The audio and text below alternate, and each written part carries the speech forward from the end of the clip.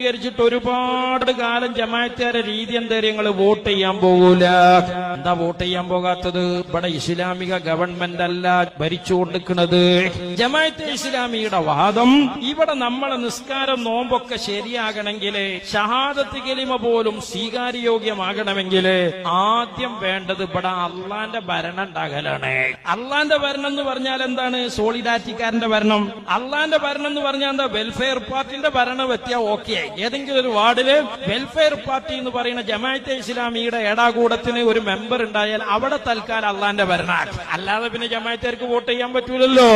ഇങ്ങനെ ജമാഅത്തെ ഇസ്ലാമിക്കാർ ഒരുപാട് കാലം വോട്ട് ചെയ്യാൻ മാറി നിന്നു എന്ന് മാത്രമല്ല, ആയത്തോതിയിട്ട് പച്ചക്കു പറയാണ് ഇസ്ലാമികമല്ലാത്ത ഭരണ വ്യവസ്ഥയെ സപ്പോർട്ട് ചെയ്യാൻ വേണ്ടിയിട്ട് ഒരിക്കലും നമ്മൾ വോട്ട് ചെയ്യാൻ പാടില്ല. ഇവിടെയുള്ള എല്ലാ രാഷ്ട്രീയ പാർട്ടികളും ശ്രദ്ധിക്കേണ്ട കാര്യമാണ്. ജമാഅത്തെ ഇസ്ലാമിയെ ആരെങ്കിലും എപ്പോഴെങ്കിലും ഒക്കെ മടിയിൽ വെച്ചിട്ടുണ്ടോ അത് അടക്കേമെന്ന് വിട്ട് കവുങ്ങാകും. അവസാനം പിരിച്ചു കുഴിച്ചിടാൻ കഴിയാത്ത കോലത്തിൽ അത് നിങ്ങളുടെ ആസനത്തിൽ ആൽമരമായി മാറും. അതുകൊണ്ട് ജമാഅത്തെ ഇസ്ലാമി ഡേഞ്ചറാണ്. ഈ ജമാഅത്തെ ഇസ്ലാമിക്കാര് ഇസ്ലാം കൈകാര്യം ചെയ്യുമ്പോൾ ഇസ്ലാം തെറ്റിദ്ധരിക്കപ്പെടുകയാണ്. ഈ ജമാഅത്തെ ഇസ്ലാമിക്കാര് ഇസ്ലാമിക ഭരണത്തെക്കുറിച്ച് പറയുമ്പോൾ ഇസ്ലാമിക ഭരണം തെറ്റിദ്ധരിക്കപ്പെടുകയാണ്.